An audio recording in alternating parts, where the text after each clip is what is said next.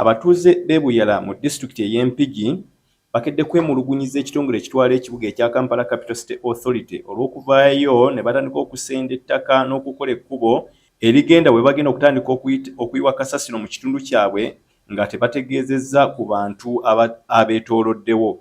Abatuuze bano nga bakulembeddwamu omubaka w'ekitundu kino Hilary Kiyaga amanyiddwa ennyo nga Hildaman bagamba ng'ekifo kino ekigenda okusendebwa kiri ku ttaka lya National Forestry Authority ate nga kyetoolodde abantu kale nga tekigwanidde abantu bano kubayiwamu kasasiro.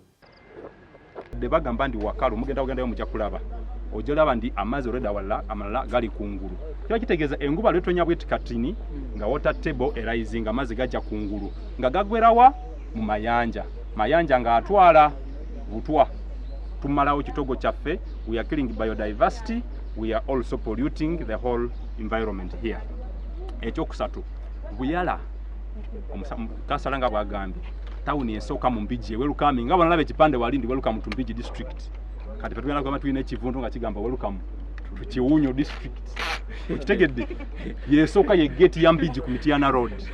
Buyala etandise okufuna abantu decent families, decent hotels, buli kimu ekirungi kati ne plot zigenze waggulu ne military base wiri wano kiba kitegeeza bwoleeta kasasiro development yonna kebe bei ya plot egenda kukola ki egenda kukka tubanga ababadde ne tado be munyenye tandise okwaka ne tukola ki ne tugizikiza. Buyala ina connection ku Busegambiji expressway Entebbe expressway kiba kitegeeza eno hub business hub indi connecting ku airport omundu ava wano okuba uzi hoteli ndi omundu ava ku airport kifa kyokusula mu town ayinosula wano. So Buyala tulina ogirowoleza mu ngeri ogikulakulanya ya Kampala okugirete Buyala. Buyala sawa zino is among the top fastest growing towns mu Uganda. Je tulina mu essuubi indi factories zitandise okumeruka mahoteli amakaga amalungi n'amafuta gaffe yuno etandise project enungi ngeyo n'abazungu abayita wano tosobola kukkiriza ne gavumenti. Omubaka Kiyaga agamba nti KCCA teyabategeezaako ng'abakulembeze b'ekitundu kw'ossa abatuuze nga kino kye kivuddeko abantu okusimbira enteekateeka eno ekkuuli.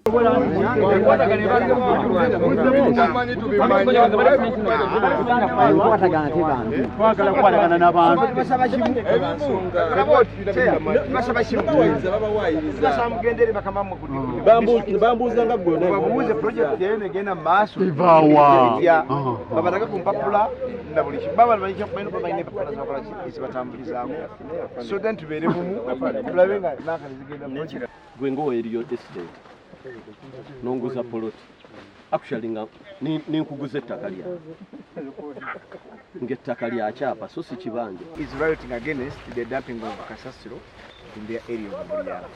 So this is our policing area. As police we have to come in to find out what could be the problem, because people may fight and may die from here. Yes. That was our responsibility of coming. Which is okay. But the rest of other whatever, the opening up the roads and whatever, I think the owner of the land and everything, and the district must be aware. That's what we think. Is it true they are dumping? We are not sure. We have reached there. There is nothing.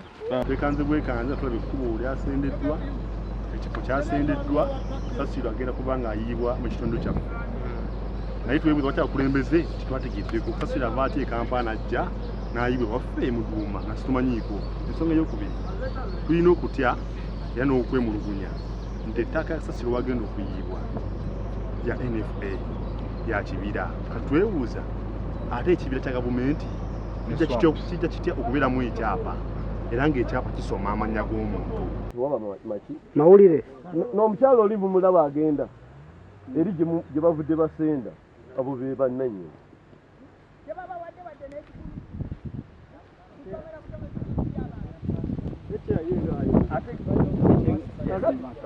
kyeya yandiyo bali be bandibadde bayomba tuulya luuli ekyo tumanyi kigenda mu maaso n'otuba okusenda tumanyika bakulembeze tutengejenzeeko omala okusenda nolowooza okutengeeza oba otutegeeza nti wamaze okusenda ogenda okusenda project awo mistake weeri okulembeze balina obayita bonna tugenda kukola ABC Abakulembeze b'ekyalo basabye gavumenti okusooka okuvaayo okunyonyola abantu nga tebannayiwayo kasasiro ono n'okuggyawo obunkenke obuli mu bantu. We yayiwanga kasasiro ekyekitezi kyayimbulukuka ne kitta abantu ekyaviirako ekitongole kino okutandika okuyiiya n'okunoonya ekifo we bagenda okutandikira ddala okuyiwa kasasiro ava mu kibuga. Abakulembeze b'ekyalo Buyala bagamba nti beewuunyizza bwe beekanze ebimotoka nga bitandise okusenda bwe bababuuzizza ababikolako kwe kubategeeza nga bali mu kusenda ekkubo erigenda ku ttaka lya National Forestry Authority nga wano KCCA weteekateeka okuyiwa kasasiro. Abakulembeze b'ekyalo basabye gavumenti okusooka okuvaayo okunyonyola abantu nga tebannayiwayo